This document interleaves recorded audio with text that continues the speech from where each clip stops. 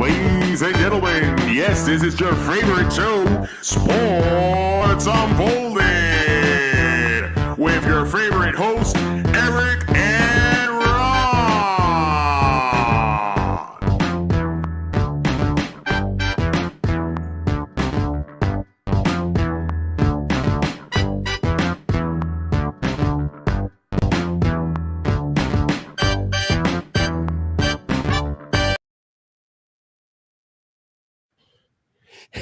Hey! Welcome to the best sports podcast on the planet, Sports Unfolded, where we cover all of the top sports stories going on from the past week. I am your host, Eric. Main man right over there, Ron. How are you tonight? I'm doing okay. I feel like I'm in a silly mood because, what's going on in sports has got me baffled. I mean, so much going on everywhere in the world. Little holiday themed graphics here tonight. I like that. Yeah, Again, you like that? So we've got a lot to cover. Again, we want to tell you that if you are joining us live tonight, please join the chat. Let us know if you have any comments about what we're talking about, or if there's something you want to talk about. I've had a couple of fans reach out and ask if we cover particular topics. I said, hey, join us live. We'll be more than happy to, have those conversations. As well as we want to thank all of our friends out there in Dallas, Georgia, WDJY 99.1 FM. We love the fact that we're on there Saturdays at 1 p.m. and WBOB in Rhode Island. We've had the opportunity now to join their network. Again, with the holidays, a little funky. We may not be on there this week, but again, this Saturday it will have the NBA show from this Tuesday. Now, because it was so short, I may have squeezed in an episode of Going On Daily. Oh, very nice. We'll see if that airs, but NBA will definitely be on this Saturday. Next Saturday, it will be the special we aired the other day, the Starting Five special. Awesome. Five worst franchises in sports history. Must see. And obviously SEC TV, Public Access Channel 12 in Southeast Connecticut. Thank you for airing us every Tuesday night at 10 p.m. Ron, I don't know if you've done this before, but we're on season 4 already, man. We're almost on to season 5. One more week left in the season. So we always start off with our leadoff story. And big story this week was the Kansas City Chiefs have cleared Patrick Mahomes fully healthy. He will start this week. Do you feel they will regret this move? So to discuss this high ankle sprain, in the previous game, didn't look very good. Guy heals faster than anybody in the history of sports somehow, and is a full go. Now, the reason why this is a question, Ron, they play Houston Saturday. Then Wednesday, so you're talking a 3-day turnaround, they're at Pittsburgh. And then they finish the season at Denver. So 3 games in a short span.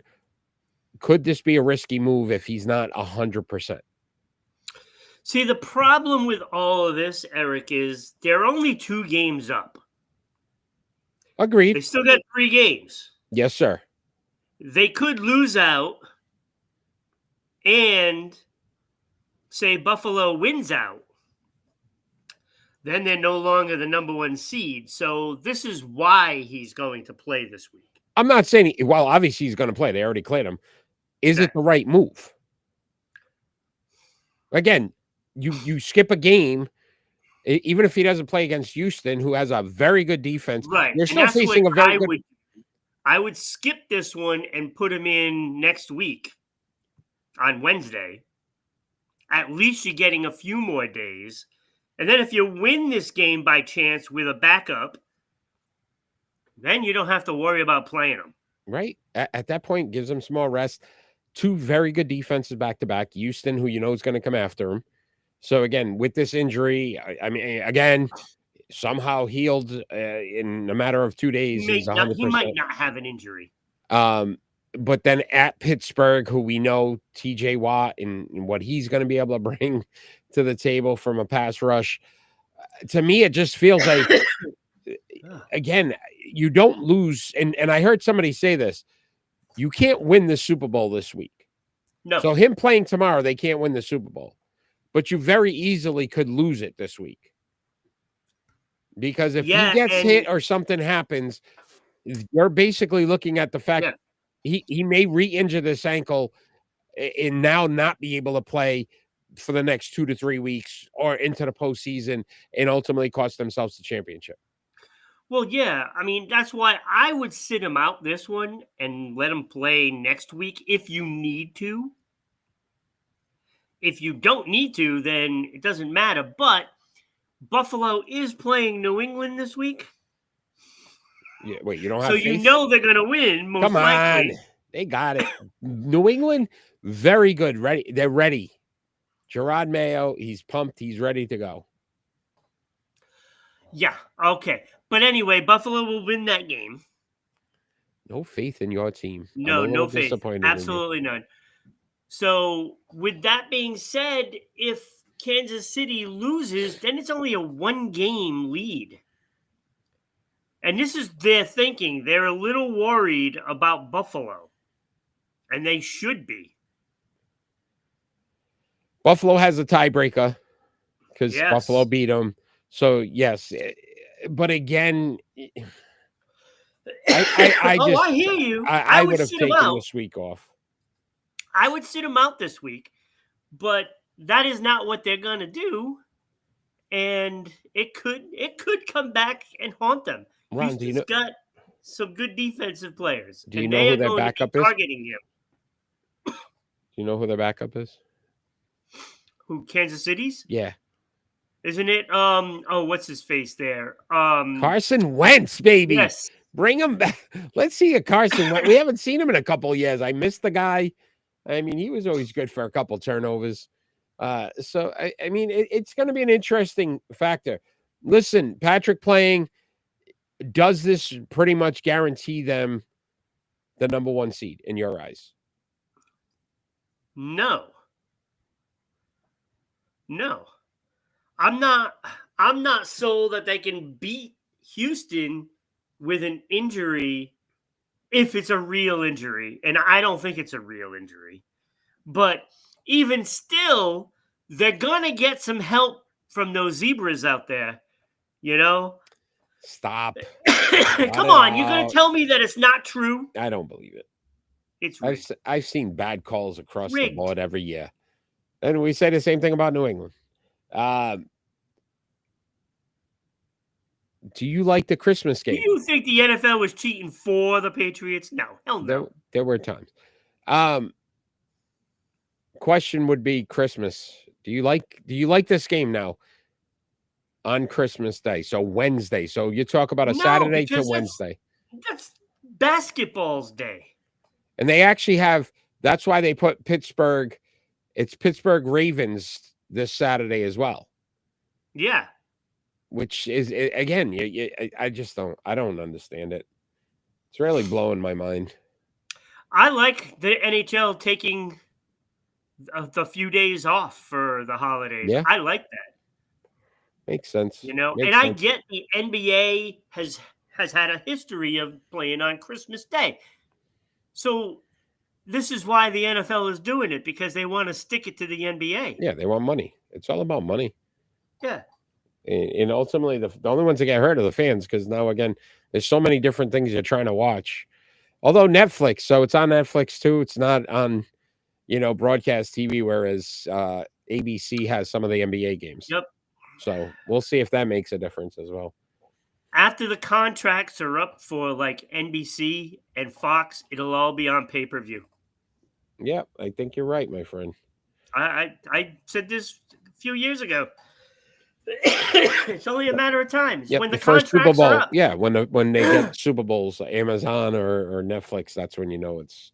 And if Oh, anything, it's gonna I happen within the cannot next wait. couple of years. I am going to tune into the Netflix one just because I want to see if the same thing that happened with the Tyson buffering and taking 6 months for Ever to load, if they fix that problem, because that was a major issue as well. So I don't know how you have it on streaming services that can't even do it correctly. But anyway, we move on. We're going to talk some more NFL. Again, if you're joining us live, join the chat. Let us know what you think. Is it a mistake for Kansas City to have Patrick Mahomes playing this Saturday? Bron, but we're going to talk about another quarterback in a surprising move. Ooh, goody. The Atlanta Falcons have decided to bench Kirk Cousins and start Michael Penix Jr., their rookie first-round pick. Is this the right move? No. For them, no, because they're still in a playoff race. Right? It was the weirdest timing in this.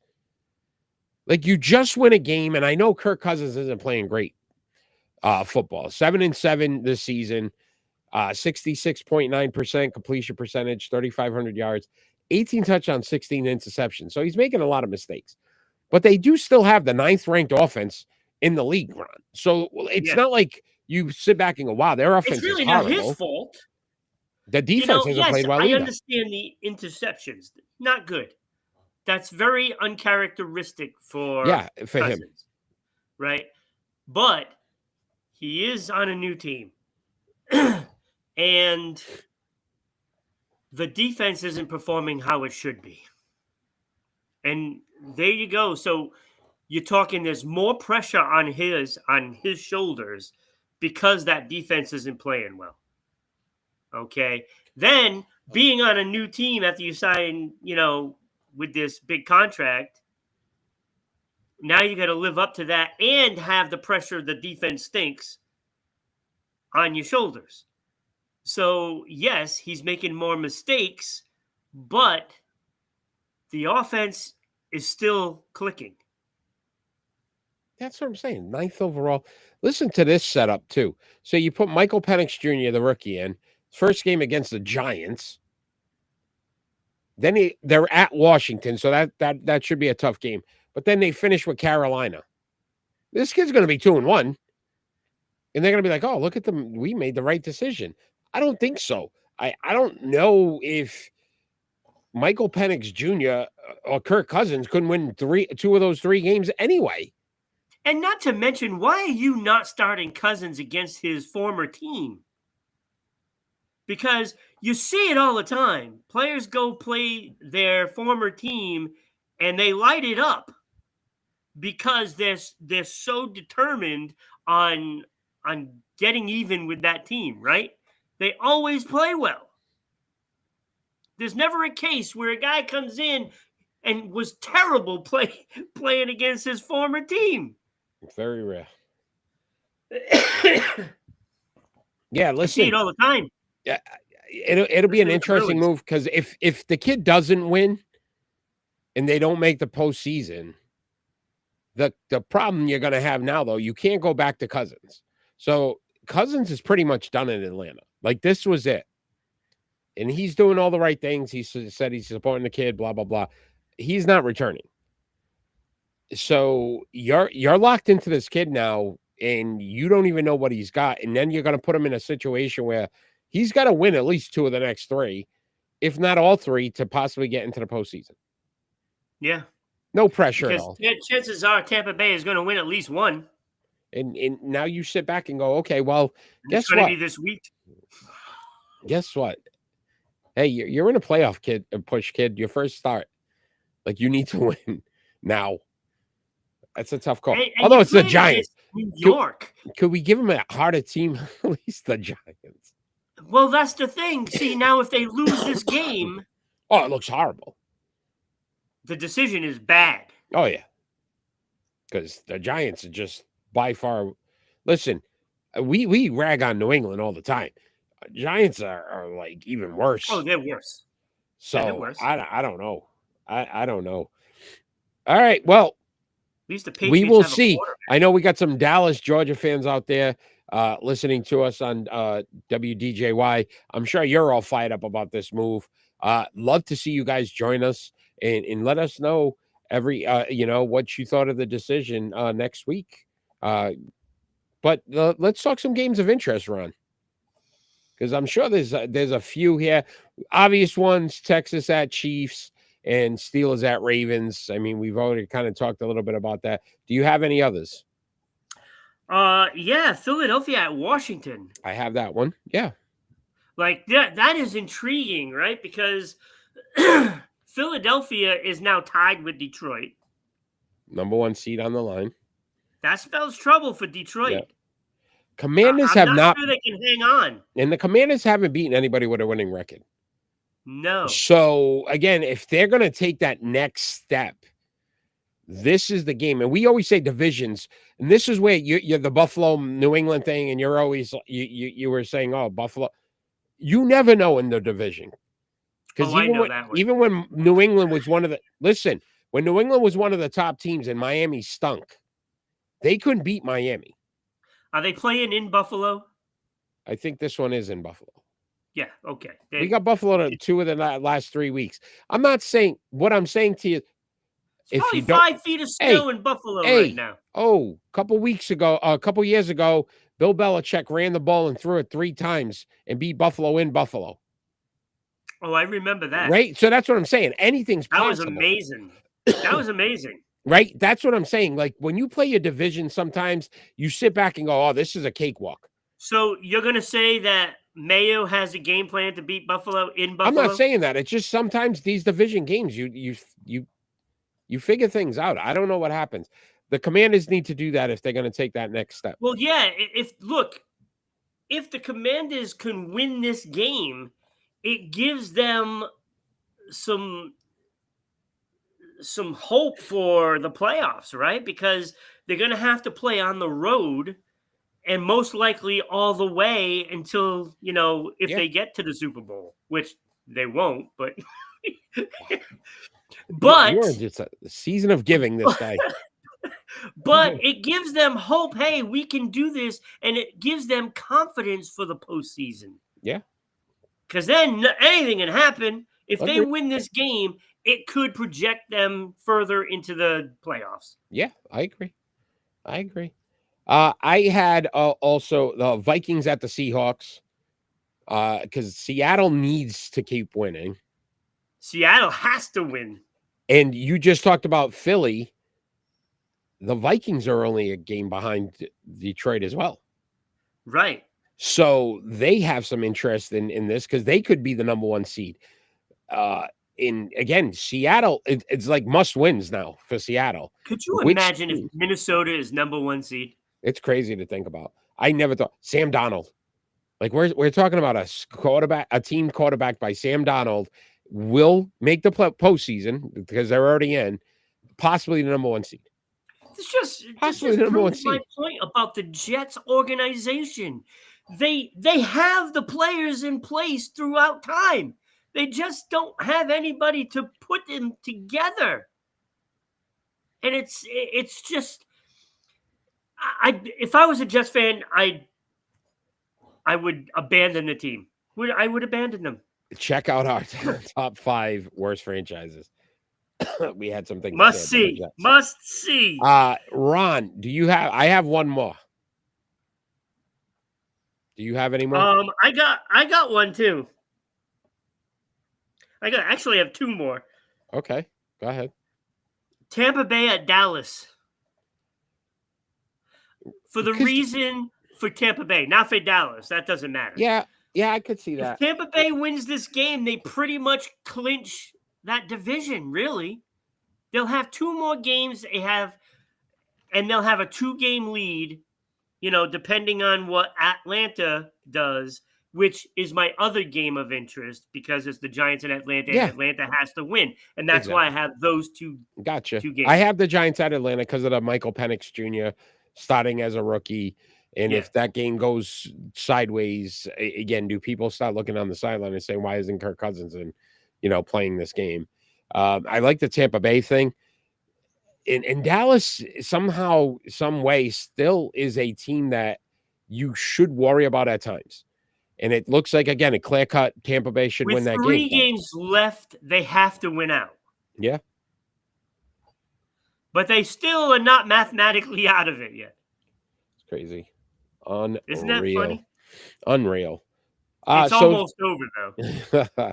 So, again, a lot of games to tune in this weekend and then obviously for Christmas Day. But Ron, we are going to move on. That was some great NFL talk. Again, if you're joining us live, join the chat. Waiting to hear from some of the people out there. But we're gonna have Kenny. He's supposed to join us today. Yeah, I think he does. I mean, he's a no-show. He's a no-show today.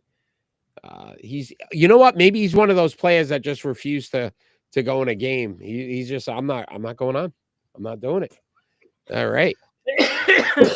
Somehow I find that to be a little odd. We're not reworking his contract. We're not reworking his contract. I'm telling you that right now.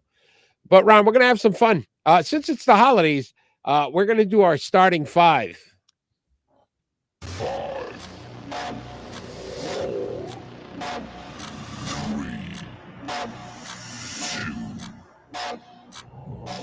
This week's starting five, we thought we'd have a little fun. Our top five, our starting five Christmas movies. Again, could be sports related, don't have to be sport. You pick, you decide. It's Christmas. Yeah, I didn't do sports related. Yeah, I didn't either. I did add some movies that are borderline Christmas. All right, I can't wait. All right, I will start us off. No, you start us off this week. It is your week to start us off. So honorable mentions. Oh, honorable mentions. Santa Claus is coming to town. Okay. You know, included with the Winter Warlock and Topper the Penguin and the whole cast of characters, all the Kringles. Okay. You know, I love that one. Believe me, if I didn't have some regular movies in there, that would definitely be my top five. Carry On. I just watched it yesterday. It's in the same line. Is that the Netflix one that just came out? Yes. Okay. Fantastic, Eric. All right. I heard it's really good. This is like Die Hard, Lethal Weapon kind of thing, right? Okay. All right. It's just, oh my God. The movie was excellent. Okay. Excellent movie. I'll check that out. I'll watch that this week. Also, A Christmas Story, of course. You know, you'll shoot your eye out and licking the pole and the whole bit. Yeah. Uh-huh. Definitely got to be there. Home Alone 2. Oh, you want the second? Okay. Home Alone 2 is an honorable mention. All right. And of course, Rudolph the Red-Nosed Reindeer. Very good. Very good. All right. I had 3 honorable mentions. Home Alone. I had the original. As believe it or not. 8-Bit Christmas. I really like this movie. It came out about 3 years ago on Netflix. Gonna have to see that one tomorrow. Yeah, Neil Patrick Hugo. Oh, Neil Patrick Harris. Yes, and it's all about them. Yeah, I did see it. They were trying to get the Nintendo. They were trying to get the NES for Christmas. That was a great one. And then Charlie Brown's Christmas. Hugo's in the house. And God, I forgot Charlie Brown and the Grinch. Yep, Charlie Brown's Christmas made my honorable mentions. 1965, believe it or not, when that came out. Those are going to have to be honorable mentions, both 1965. Of them. But I can't wait. Let's start this list. Our starting 5 holiday movies, Christmas movies. Hugo, if you have a Christmas movie that is like one of your top 5, let us know if we got any of them right or if you have different ones. But Ron, you're number 5. My number 5 is National Lampoon's Christmas Vacation with Chevy Chase. Nope. All right. We already don't agree on that list, but go ahead. Number 5, the movie is awesome. I've already watched it this year for Christmas. That was the first one that got queued up. And that one, number 5. Okay. Yeah. All right. I went with Scrooged with Bill Murray, 1988. I love the twist, how they did it with, you know what I mean? Yeah. So I loved Scrooge at number 5. At number 5. Yeah. All right. My number 4, A Year Without a Santa Claus, baby. Heat Miser and Snow Miser. Oh my God, I love the movie. Love it, love it, love it, love it, love it. It's my favorite animated one. by a mile. It's All not right. even close. All right. Not bad, buddy. I went at number 4. Number 4, and I love this movie, and I don't know why it makes me laugh. Klaus, the animated. Yeah, they said it's really good. What about Muppets Christmas Carol? Came in at number 4 for me. 1992. I loved it. I loved it. Here. Right? I loved it though. I loved the way they did it. Yeah. Everything. I 1992. gotta check out that one though. I was working on a video store. I was playing that thing on the loop. I fell in love with that movie. Muppets Christmas Carol, number 4 for me. Okay. Number 3. Number 3, Home Alone. I cannot believe you don't have this one in your top 5.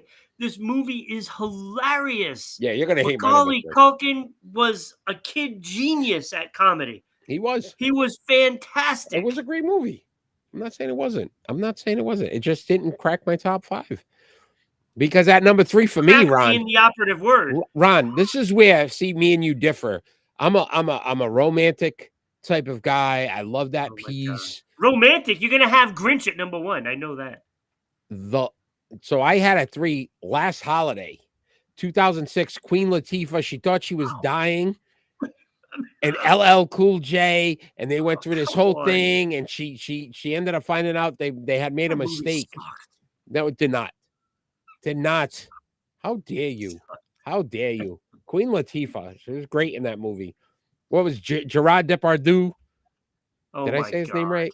He was the chef. Depardieu, yeah. The famous chef, and I think it might be Depardieu. Joe. I think it's Joe at the end. Is it? Oh. I don't know. But I love that movie. That was number 3 for me. Okay. The Last Holiday.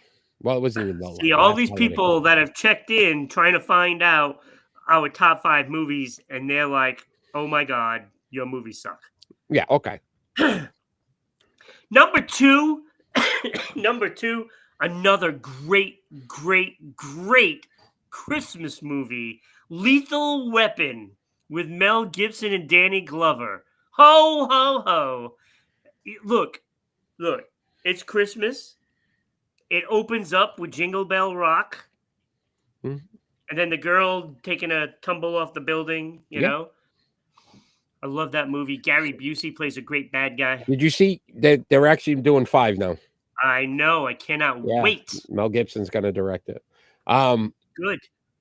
At 2 for me, Ron, a better action movie that it's Christmas movie, Die Hard. Die Hard, 1988, Bruce Willis, still is by far the better of the 2. So I had to make my shame on you. Die Hard. Shame. It should be number 1, Eric. Nope. Because Die Hard is the best movie ever released at Christmas time. Ever. No other movie was better. Ho, ho. Now I have a machine gun. Ho, right? Ho. Oh, I loved it. But at number 1 for me. Hans Gruber was fantastic. Nakatomi Towers. Don't trust me. It's amazing. And Argyle. But the only one I went ahead of it, I went National Lampoon's Christmas. But you don't have the Grinch on there? Nope. Wow. Nope. So you went Christmas Vacation. Yeah. Well, that's okay. I can accept that. I loved it. Cousin Eddie. I love the cat. Dude, that cat, if that cat had 9 lives, he sure used up all 8 of them. I mean, it was a classic. It was a great movie. Yeah, I can't. Know, we did fun facts on Going On Daily about that. And they had a squirrel that was trained. Really? But it died before they filmed that scene. Come on. They had to use an untrained squirrel to do that scene. When it ran through the... Untrained. Oh, that was such a good movie. It was running for its life. And it's kind of like modern day, if you think about it. Like, you're not getting paid, didn't get the Christmas bonus, right? Like, all this stuff. Right. Like, people, I mean, you could relate to that movie for years and years to come. I definitely could relate to that movie. That was My family was just like that family. Oh, jeez. All right, Ron. Great lists. Again, we got Klaus, which I've heard is very good. I heard it was good. Thank you for letting us know how good that is. So I might check that out as well. Oh, I'm going to. That and What was the name of the movie there on Netflix? Carry On. Carry On. I'm going to check that out as well. So good. All right. Ron, let's talk some NBA. Milwaukee Bucks champions. No. Oh, they've won the cup. They won the NBA Cup, defeating the Oklahoma City Thunder. Can they win the NBA championship next? No. No, come on. I mean, look, I get it. First of all, when you think about it, Middleton isn't going to stay healthy. I mean, what's it been? 3-4 years since he's been healthy? Well, he's back now. Yeah, now. Oh, Hugo doesn't mean that he will be. He just watched it. Hugo saw it last night. Yeah, said it's really That's good. when I watched it too. I'm gonna have to. Maybe you guys cross streams.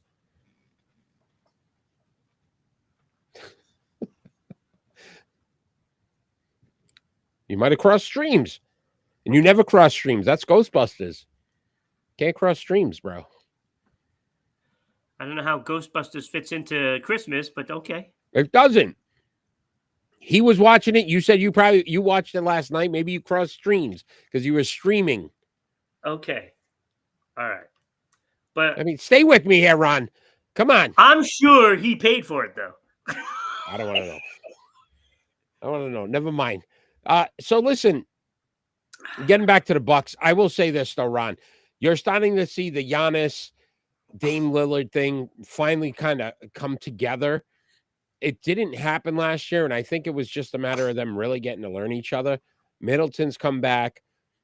They're playing really solid defense. Doc has seemed to turn that team around.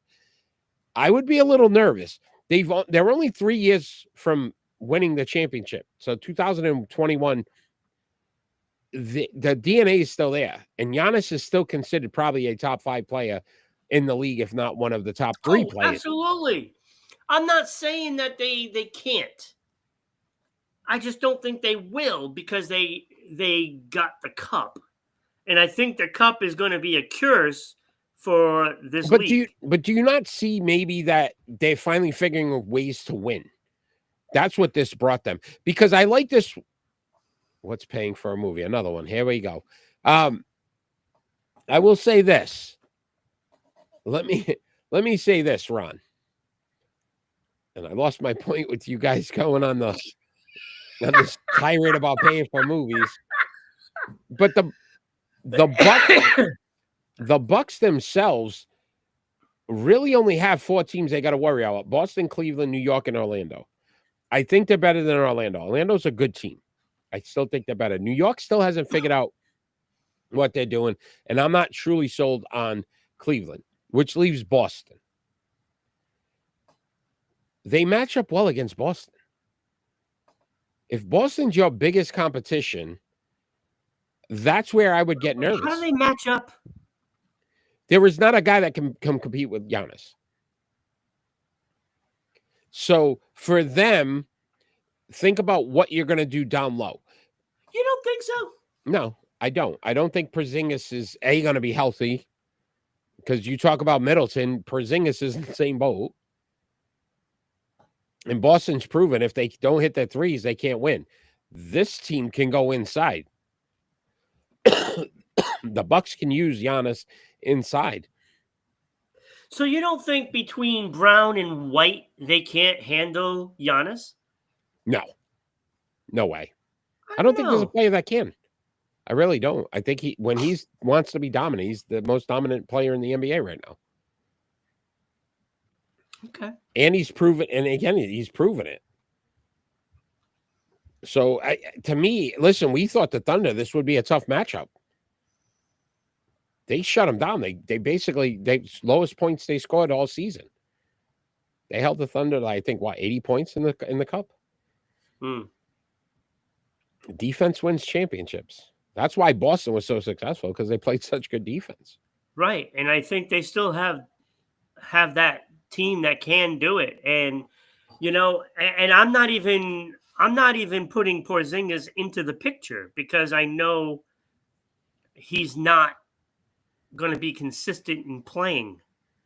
Now, what I do like are the guys that have been coming off the bench, including your other center. I think he's been playing well. I mean, Who, I'm Cornette? not saying Cornette or Horford? he's Big Al? Cornette. Cornette? Yeah, I'm not saying.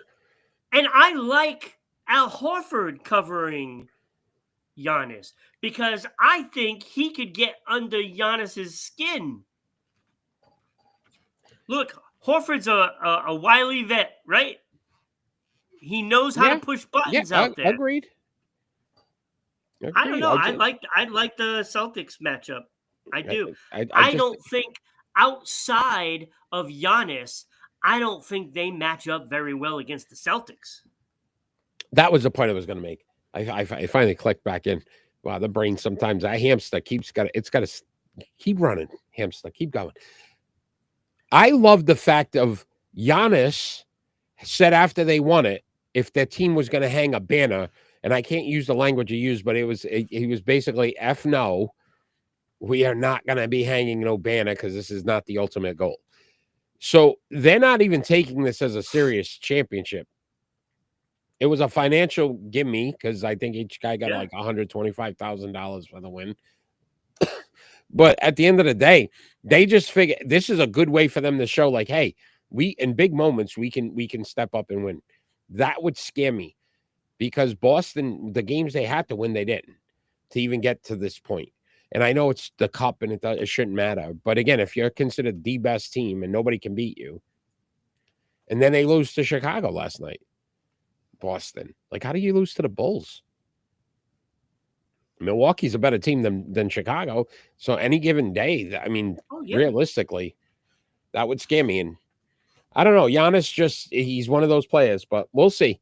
We will see. So you say no. I'm saying there's a 50-50 shot. This helped them.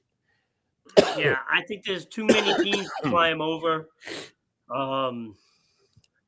Look, I mean, I think the team is good. Don't get me wrong. But, I mean, you still have to get through three teams that I think are viable, and that is New York, Cleveland, and Boston. And I'm not going to – I know they're not playing well, but I'm not going to quite count out Philadelphia at this point. They're hanging around at least close enough to get their players back, right? They're still hanging in there. They're not playing well. They're not in a play-in yet. They're not, viable yet. But I think they're close enough to, when these guys do come back, I think they can make a run, and I think they can get back into the playoffs picture. Okay. All right. We'll see. As long as they keep it close. All right, my friend. Let's talk some Major League Baseball. And what I wanted to talk about. The New York Yankees, they have traded for Cody Bellinger. What should be the team's next move? So they make this move. They got Devin Williams, Max Fried. Now they add Cody Bellinger. I think Fried is the one, right? That's the big one right there. Bellinger, I mean, is he gonna make the lineup better than it was last year? No. He's not a Juan Soto. No. But it gives him again another guy that bats about 290. But it changes now the outfield. So defensively, you move him to center, move Judge back to right field is something they wanted to do. That helped. Better. Now, I would still look at Nolan Arenado. He just nixed the trade to go to Houston, so I don't think he wants to play in Houston. Maybe he wants to play in New York. Maybe he's waiting for that call. And I don't think this is the least of the two, but somebody told me about this, and I'm like, I was very intrigued. Vladimir Guerrero Jr. Mm-hmm. Toronto's gonna move on from him because they can't. They already. I mean, they can't sign anybody. Whatever they're trying to do. This would give him a 300 plus hitter, another guy with a big bat. So you talk to Soto type Judge 1-2 in the lineup there, and defensively he's very good. Yeah, I don't know about that. I don't know. You expecting him to play first base, and what's that going to do? Personally, if I was the Yankees, I would go after Goldschmidt. And I know he's older, but the guy can still rake, and he's a pretty good first baseman. I think that is better than going after Guerrero. I don't think Guerrero is. I don't think he's going to help the team more because I just he's just not athletic. I don't think they need athletes. So first base, he can play first. He was a Gold Glove. He won a Gold Glove at first base. I just see him more of a Cecil Fielder kind of player. I don't think he's as big. His time is limited. Like when you looked at his father was lean. Yeah. He's not, and I don't think his longevity is going to be much longer. Okay. And if I'm the Yankees, I want a guy that's going to be there, that stays healthy for the most part. Goldschmidt can still rake. He's a very good first baseman, and I think that's the guy they should go after instead of making a trade to get somebody. Okay. You might be able to get Goldschmidt cheaper. What about the Red Sox move today? I mean, I know you don't want to discuss that. Oh yeah. Let's. Oh yeah. Or is that? Am I ruining your spot towards the end of the show? Well, yeah. So we can wait. We can wait. No. You want to talk about it? Because I see you're in Boston.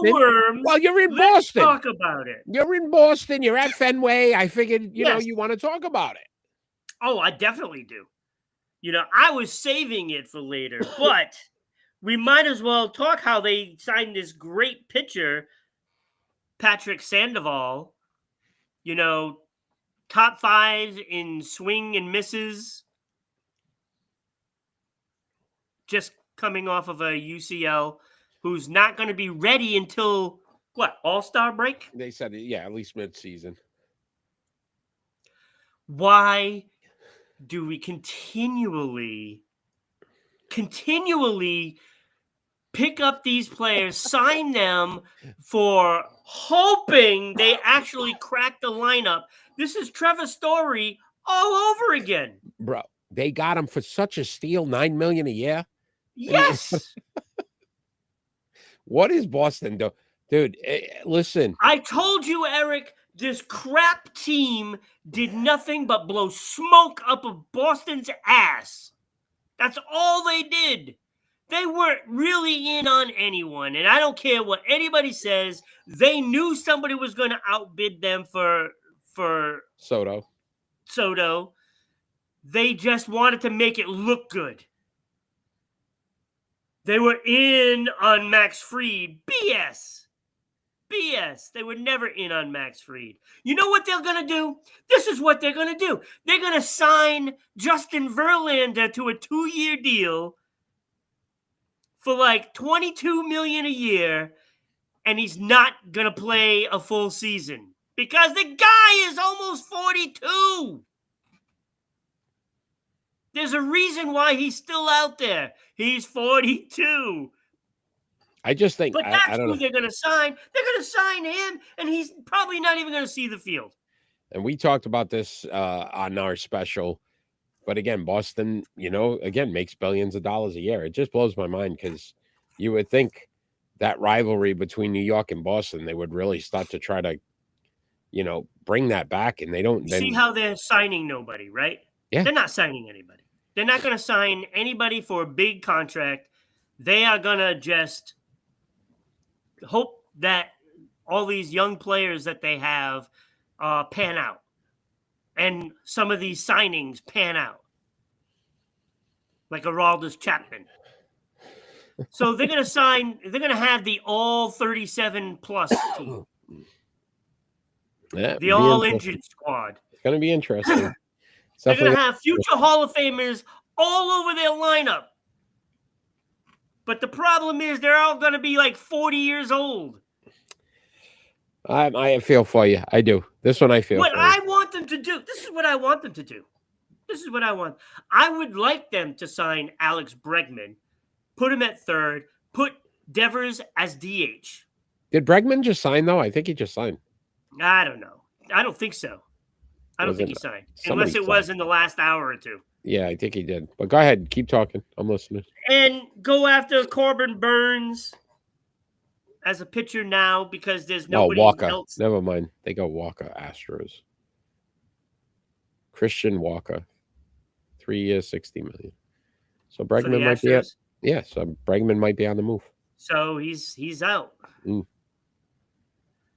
So which is get surprising Bregman because I think they should have re-signed him. Bregman, and Burns. I don't think, to your point, listen, and this isn't me because I'm a Yankee fan. We're talking sports now. I don't understand how Burns isn't already signed by Boston. Because it's the most logical move now at this point. A guy that's pitched in your division. Remember? Yeah, it's a guy that pitched in your division. It makes this is what they did last year. Kept stringing Montgomery along. And then nobody wants to sign. Montgomery got tired of waiting, and he said, "You know what? I'm signing somewhere else." Yeah, I don't know, man. I don't know how you do it. I don't either. Which organization's worse right now? New England or the Red Sox? The Patriots or the Red Sox? Because New England does the same thing. If everybody remembers, Gerard Mayo at the beginning of the season, we got money to burn. We got cash to burn. We're going to spend all this money. You re-signed the same players you already had. Yeah. That weren't very good before. Like, Boston's doing the same thing. The Red Sox are doing the same exact thing right now. In this case, I think the Patriots might be worse because they don't have a clue at what they're doing. At least the Red Sox, they know what they're doing. It's just fans don't really like it because they're not going to spend the money. They're going to try to bring everybody up from the minors, and that's the way they're going to try to do it, which I don't have a problem with that, but don't blow smoke up my ass and saying that you're going to go after some big names, and it's not true. They at least tell us. Tell us what you're going to try to do. If you're going to say, we're going to try to bring up these prospects because, we have a good prospect pool right now, and they do. They have a pretty decent prospect pool. But I would like at least one guy. One guy. Give us one guy that you're going to invest properly in. None of this crap pulling the smoke and the wool over our eyes saying, oh, we're going to get Trevor Story in here and you're going to put him at second base and then you'll have the best infield. Don't try to do that when you knew you were going to get rid of Bogarts. Yeah. And that's what they did. They tried to basically pull it over our eyes and it never worked because Trevor Story couldn't stay healthy. And he wasn't really that great anyway. No, agree. And again, Colorado, you're always going to get the hits. Hugo did ask about Vrabel for the Patriots. I listen. I'm kind of torn on this thing because I don't like Mayo. I didn't like Mayo hire. I thought you needed a change, and I'm not saying Vrabel's Belichick, but again, it's still in that same mold to me. I want something, the guy from Detroit. I want something different. I want something that I haven't seen before. I want a guy that's going to focus on offense first and foremost, because that's where the league's going. Vrabel, very good defensive coach. He didn't have very good offenses in Tennessee. Now, let me ask you this. If they hire Vrabel, say, Vrabel can bring in some certain offensive coordinator. Yes, but would you like that? Because I don't think Mayo can get McDaniels. I think there's bad blood there from the time they were coaching together. Right. I would do that then. You get Vrabel. Josh McDaniels is probably never getting a job again just because he's been so bad the last 2 times they've even tried. Yeah. I bring Vrabel. But who's Josh McDaniel more loyal to? So if Belichick asks him to go to UNC, Well, that's another thing, you know. You know, But because I if think Vrabel his can get loyalty him, lies. I would do that. Then I would be okay with it. Because then you get a coach that knows how to coach. Vrabel knows how to coach. I'm not saying that, and I don't want to take it away. So I Yeah. would hire him. you need somebody that has an offensive Yeah. mind. I don't want to. You need one of the best, right? Yeah. You want a guy that's proven it in the NFL. Proven it in the NFL. Not Now, a guy that you go, what this about the kid's got offensive coordinator for Detroit? he won't come over. Not for that. I think he would get a head coaching job. For a head coach. I like it, but again, to your point, guy that's never done it. Vrabel, we know can coach. We know he can handle it. So what Get if Josh he McDaniel. I'd rather have comes Vrabel, in- Josh McDaniel. How about this scenario? He comes in and coaches. He gets Vrabel to do the defensive coordinator, and he Yeah, I gets know. Josh McDaniels to do the offensive coordinator. then I take it all day, every day. Whatever fantasy world you're living in, I want in.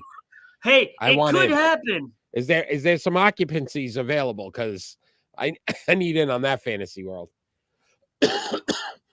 But Hugo, thanks for the question, my friend. All right, Ron, we're going to move on to some split decisions. Oh, it's time for split decision. Where is Kenny? He ain't got it. I told you, he's done. He refused to play. He's not coming in, coach. All right, Ron, our split decision segment, basically we ask each other two more likely questions, and we have to make a decision. You are first this week, so your first split decision. All right, let me see. Which one do I want to go with? Let's do this one, Simi. We were just talking about it. Who is more likely to sign with the Boston Red Sox? I got 5 choices for you. All right. I kind of already let it out of the bag what I felt. All right. Alex Bregman. Corbin Burns. Max Scherzer. Justin Verlander. Or no one else.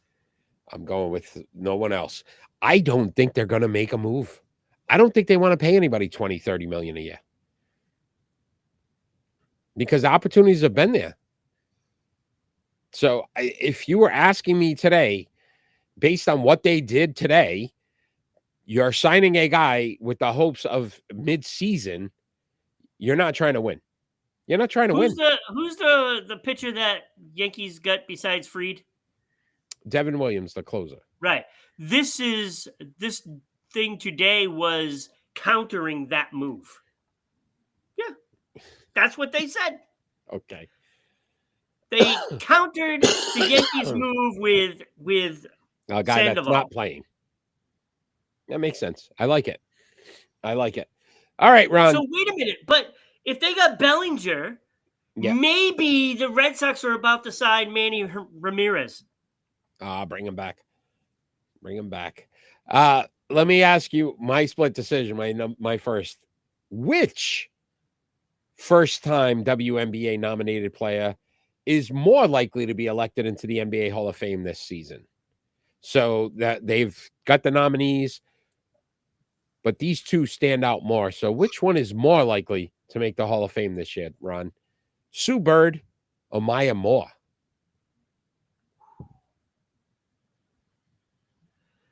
Wow. That's a tough one. I mean, you got to think they both get in, right? I would think so, but more likely. But I'm going to say Sue Bird. Right? I think so. More accomplished. A little bit more. But they're both. Yeah, if one of them doesn't get in, it's a travesty. Right? Both phenomenal players. The fact this class is a great class. It's a really good class this year going. So we'll see. Somebody's going to be left off that should get in. Somebody's going to be left off that should get in. I think they've both been in our starting 5 a few times. Yeah. Yeah. Really good. But yeah, Sue Bird. I could see that too. I agree with you. But your second split decision, Ron. All right, let's go to a little NHL, seeing that's probably our next topic. It is. Who is more likely to get more in trade value? So who's going to get more for the Mhm. team that they're leaving? Okay. Chris Kreider, who is expected to go. Taylor Hall for the Chicago Blackhawks, who's a restricted free agent at the end of the season. Or Patrick Kane from Detroit. How's Kane playing? Is he even? I haven't heard his name once Yeah, this that's year. what I'm saying. Yeah, so I don't think Kane, because again, he's up there in age. I'm not sure. I think he's got a no trade clause as well.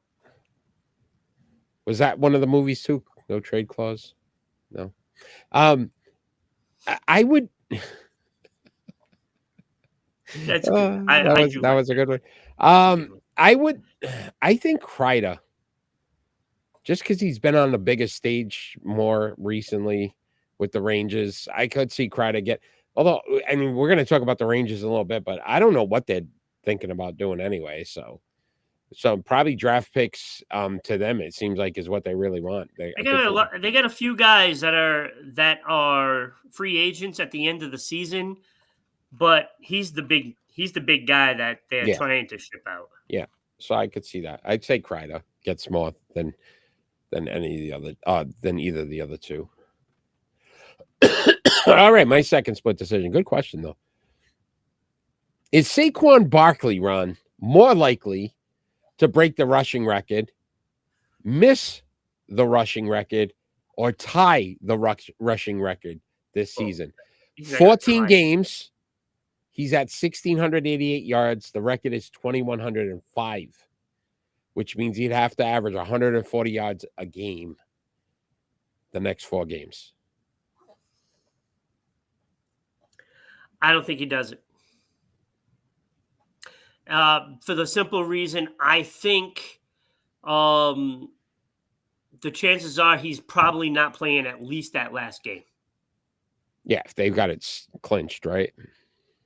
So with 1 game left, I can see them sitting him out, even if the number 1 seed is up for grabs. I think they sit him out for sure.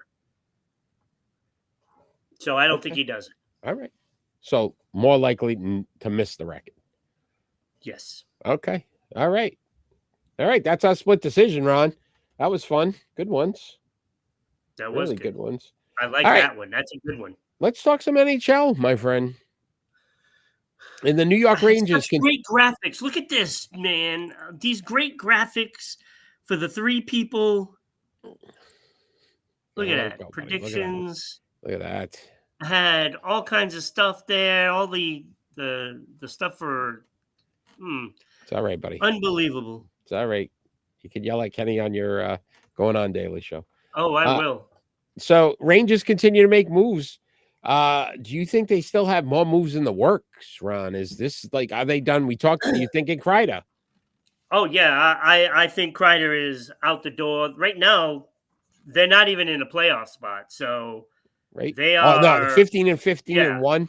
They're 3-7 in the last 10. They're in trouble. They're in a 3-game losing streak. Just traded Capo Caco to the Kraken for Will Borgen and some picks. So looks like Kreider has. Seattle must be thrilled because that kid's got a lot of talent. I mean, like when you look at it, it's like, did he really get a legitimate chance? Up at the top line or anything? I don't know. I haven't watched all the Rangers games, but if he could play way better, he's only 23 years old. Yeah, and they said a lot of talk though. I guess there was some issues. He kind of popped off to the media. Might be the reason, but you just traded Jacob Trouba as well. He went to the Ducks, so you start to wonder, is there going to be friction now in this locker room with some of these players? I think Jonathan Quick could be traded as well, which is insane because I'm glad you brought him up. Shesterkin, 10-12-1 right now on the season, a 3.04 goals against, a 908 save percentage, the highest paid goalie in the league. Again, not performing like his normal self. So a lot of these guys. Listen, Kreider only has 11 points, Ron. And then I was Zibanejad minus 17 on the season. These are It's some of awful. your top guys. Yeah, it's awful. It just seems like they're just imploding because this team, if on paper, if you were going to tell us at the beginning of the season, Ron, that this team would not be in the playoff hunt, I'd say you're absolutely crazy. Stop drinking the Bailey's hot cocoa. Yeah. Yeah. You had, look, Not that I know anything. when you look at the two teams, Rangers, Bruins, they are really similar. Really similar. At the beginning of the season, they were really similar. And here we are. There's been two options: either fire the coach or trade players, right? Bruins decided to fire the coach. Rangers decided to trade the players. That has completely backfired because now they're not even anywhere near where they need to be. The Bruins fired the coach. They have played way better, and you can see it going into last night's game. All the games with Joe Sacco leading the way, only 19 minor penalties. That is far below what they were doing before. So the Bruins kind of responded. They're still not perfect yet, but they have responded and they have done much better. Rangers have just fell apart. Yeah. They fell apart. Yeah, that's what I think. I think you're right. Kreider's going. It just makes sense at this point, and kind of just understand. You're probably not making a postseason. I mean, you're already digging yourself a pretty big hole. Yeah, and in the Eastern Conference is got a lot of good teams. And then you got the Shesterkin thing. Like again, you're the highest paid goalie, and your numbers are starting to go the other way. Yeah, and I don't see them catching Pittsburgh, who isn't in the playoff spot either. And then everybody above Pittsburgh, they're good teams. I mean, who plays for Pittsburgh? What's his name again? Not a top 5 guy. No. You know what? No. I see if we can get you on this one. All right, Ron. That's some good NHL though, man. Great conversation. Rangers in trouble. If you're a Rangers fan, I'm glad the Bruins didn't decide to trade at that moment because then you don't get what you want for the players when you announce that you're going to make some trades. Yeah, and you basically tell everybody who you're trading. Yeah, no, good call. Makes no sense. Call. Absolutely does not, my friend. But this list will make some sense. Let's go to our pick and roll. Ooh. It's time for pick and roll. Our pick and roll segment this week, 1973, 51 years ago. These NBA legends led the association in rebounds per game, and that was Wilt Chamberlain, Nate Thurmond, Dave Cowens, Kareem Abdul-Jabbar, Wes Unseld, and Bob Lanier. We're going to rank them from 6 to 1. All I'm going to say before we even start, no matter how you put these guys in your rank, phenomenal basketball players. Like, obviously, some shine more than others, but these are all very good players. Yeah. So, Ron, you are our first this week. Your pick and roll. All right. Well, number 6, I have Bob Lanier. 20 points per game. Which is crazy. Think about this. When I was doing my list, I'm going, a guy that averages 20 points a game and 10 rebounds. We're putting at number 6. This is insane. 6. This is an insane list. An 8-time All-Star sucks. Is last on the list. Sucks. Guy's horrible. 8-time All-Star. 6th. It's insane. This is a great list. And not to be outdone, although he is outdoing Bob Lanier, is Nate Thurmond. Right. Insane. 15 points per game, 15 boards per game. Sucks. 7-time All-Star. Hey. 5-time All-Defensive Player. Garbage. Like, really? Garbage. Horrible. It's horrible. Guy's 5th. Hall of Fame. These are all Hall of Famers, by the way. Right. It's insane. This list was great. Oh, if only we had Robert Williams. Ah, good old Robert Williams. Number 4 at the bottom half. The bottom half. Wes Unfeld. 10.8 points per game. 14 boards per game. Garbage. Hall of Famer. 5-time All-Star. 1-time All-NBA. 1-time champion. So that's why he's ahead of the other two.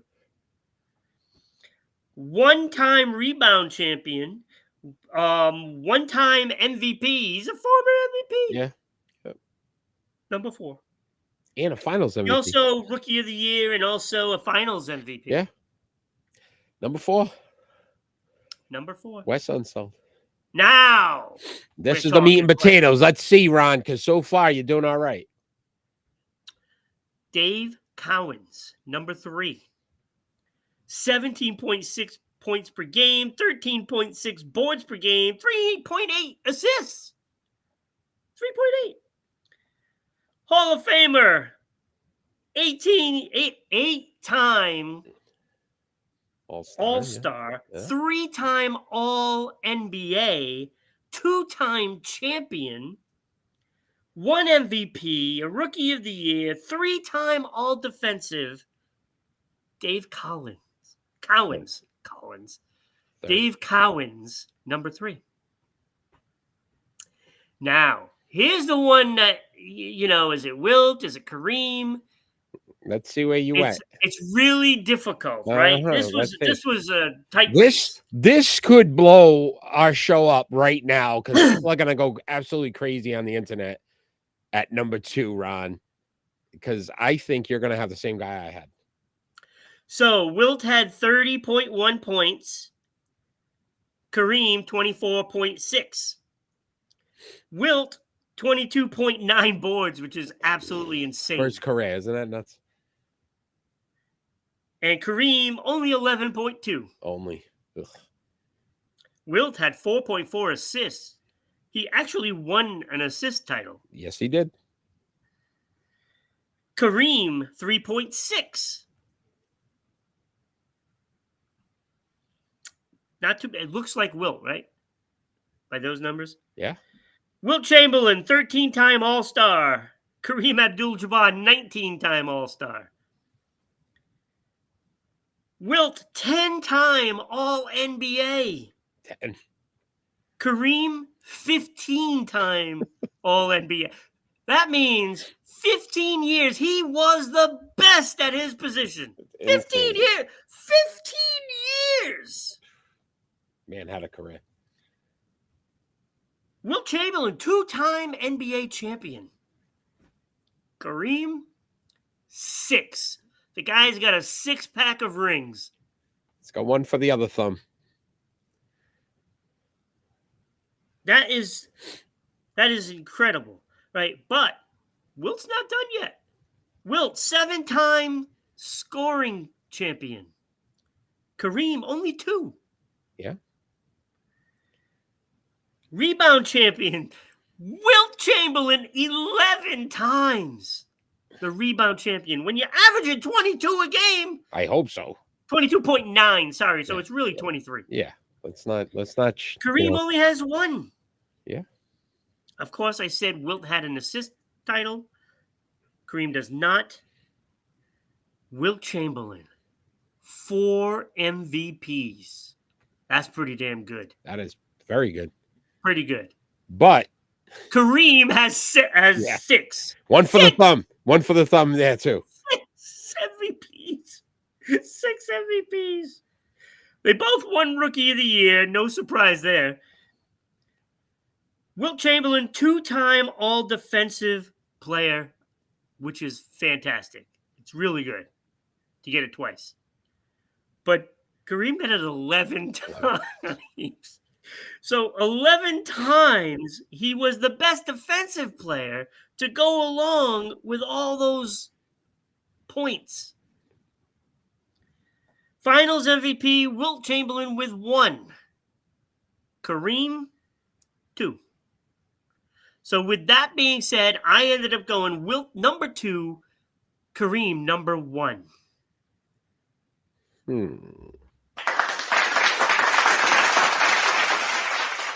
Very good, Ron.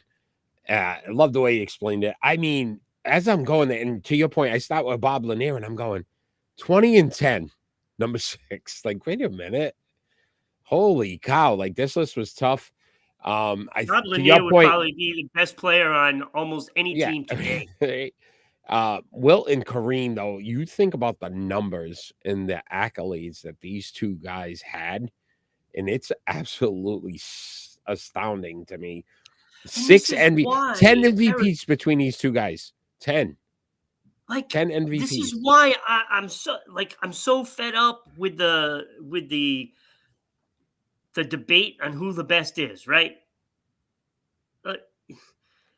Wilt and Kareem belong in this conversation. And there's another center from way back when, that deserves to be in the conversation as well, who had, 11 titles. Yeah. So, yeah, no, great list. Great athletes. Bill Russell, in case those that don't know. Some of the best ever to do it. That was a fun list to do. That really was. Like, it's incredible when you look at those two guys. 51 years, my and friend. How far ahead they are about these other guys that are not chopped liver. 1973. No, I'm going to age myself. That's the year I was born. These guys. How great was that? That was a great year. Unfortunately, we never get to the year that I was born. Yeah, I know, buddy. You're old. All right, my friend. It is. We're winding down the end. We're almost at 2000. Yes, so close. It is we're getting towards the end here. We're going to have some fun now with predictions, my friend.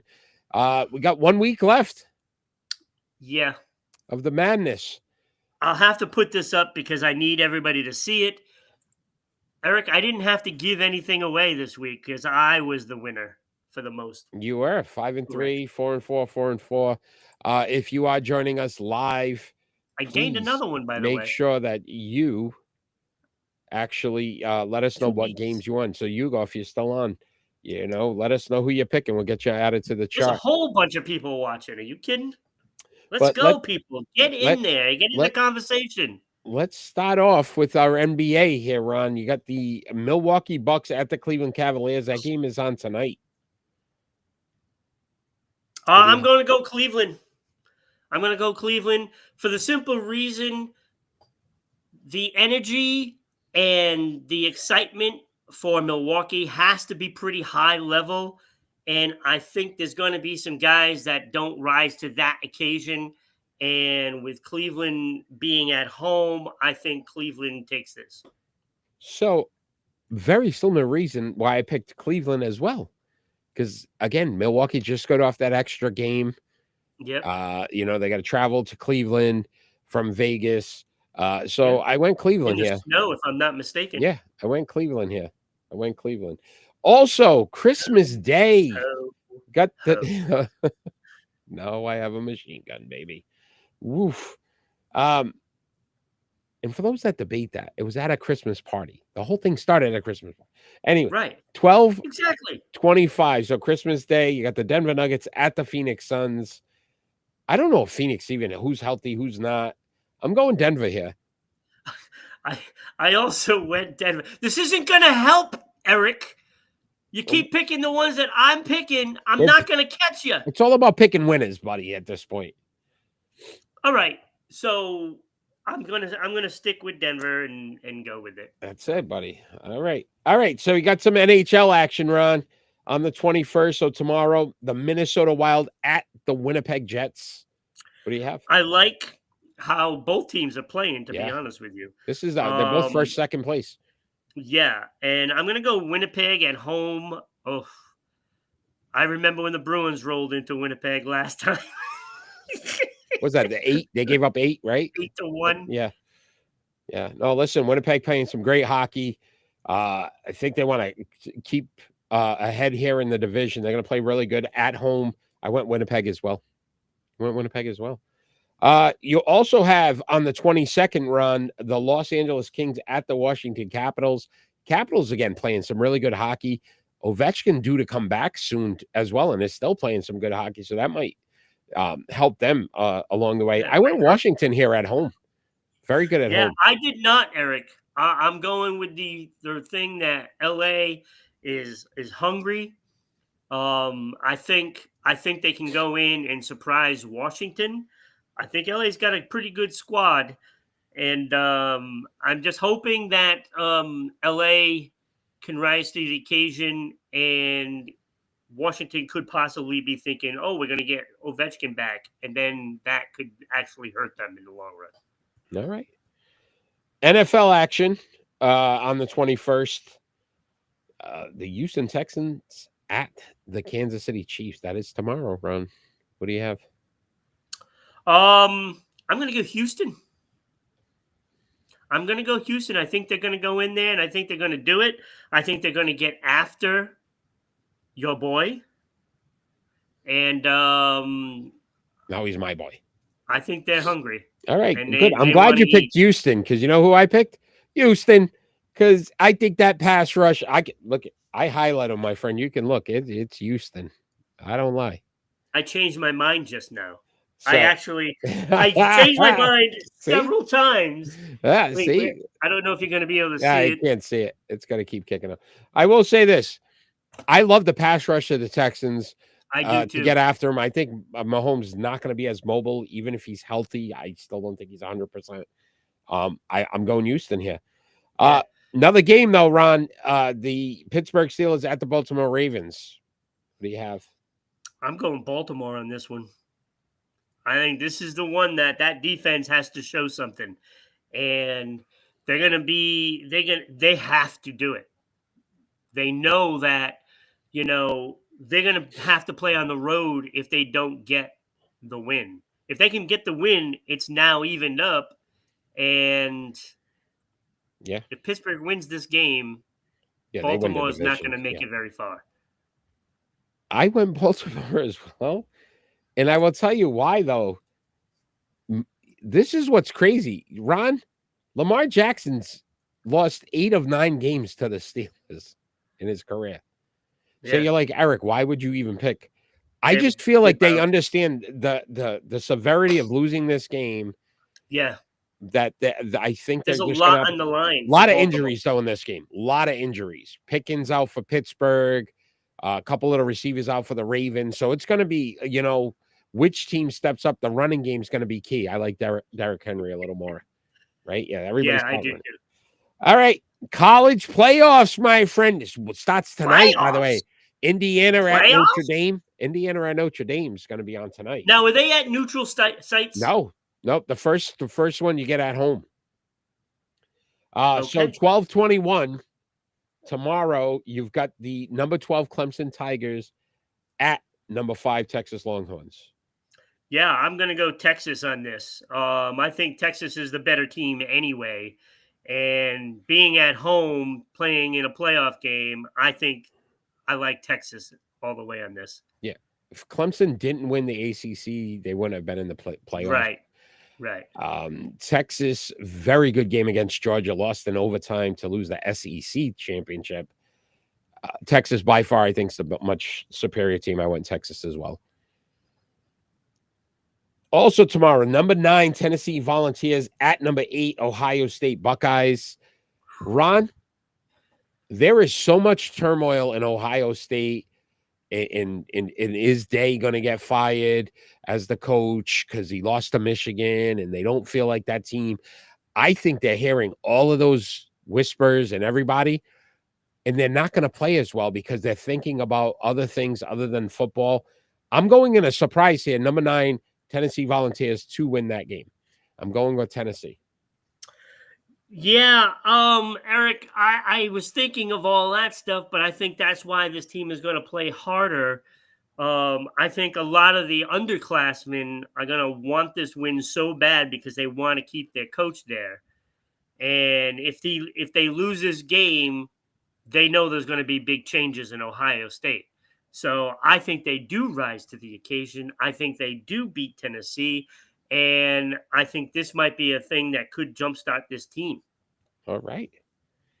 So I went Ohio State, and just All in right. case you weren't And sure. I got it, buddy.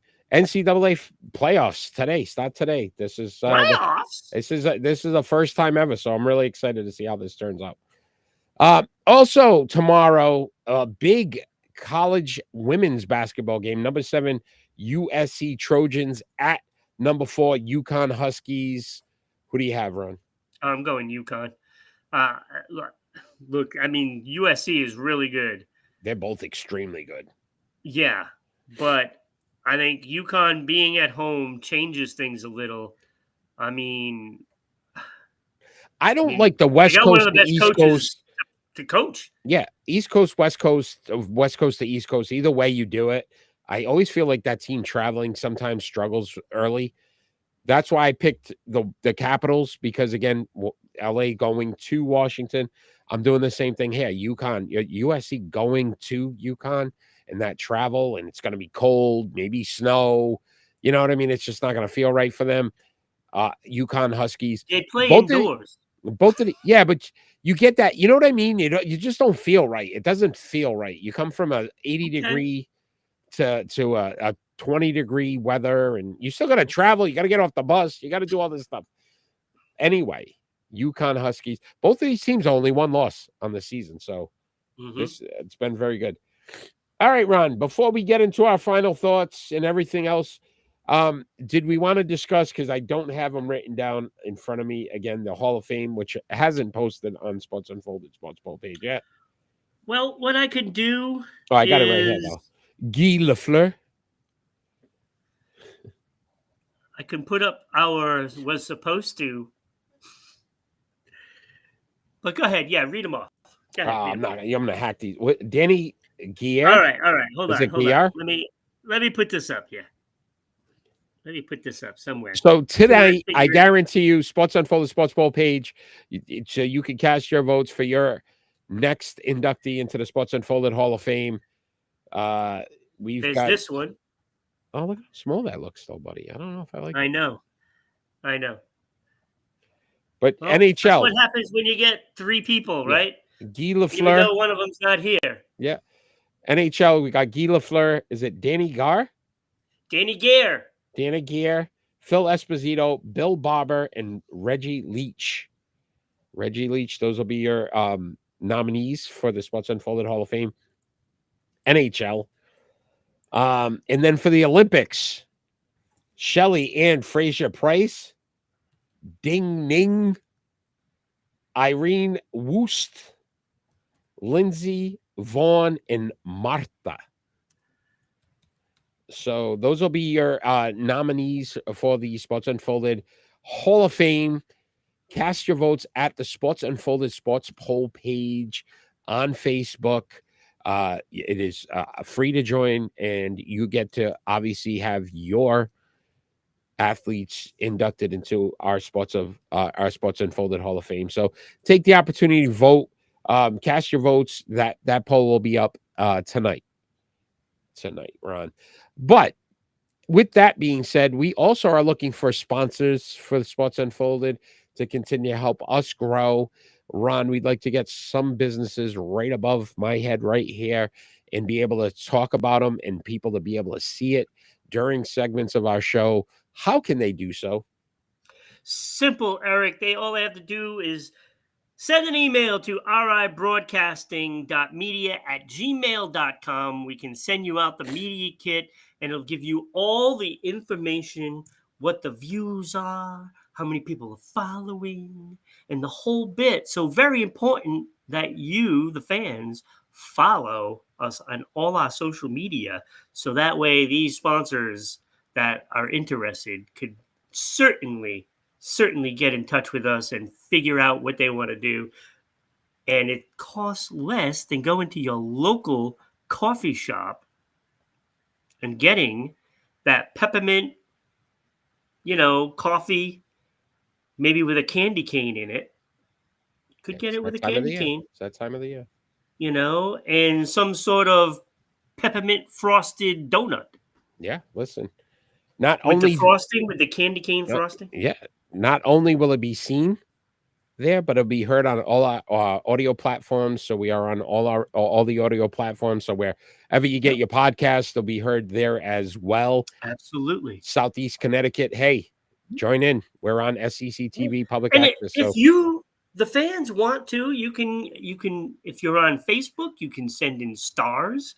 We love stars. That helps support the show. Yeah. And also on Twitch, you can support with bits. Throw us 100 bits. It's only $1. Or you can subscribe on Twitch, and that also supports the show. Yeah, definitely. So we've had some fun tonight. Obviously, Ron, next week, again, if you please tune in. A very, very tough show for us to do every year. This will be our 4th year doing it. Our in memoriam, where we're gonna give our condolences to all the great athletes who were lost over the past year, and there are some names. Eric, this list is massive. Yeah, and it's gonna hurt. It's gonna hurt. And again, if you have an athlete that maybe you want to remember, join us next week, and you could say something nice on the chat about them or something that it meant to you. But absolutely, so many different. Listen, we all mourn in different ways, and some of these athletes really stick with us for our entire lives. Because they meant something to us. So take some time next week. Join us for that.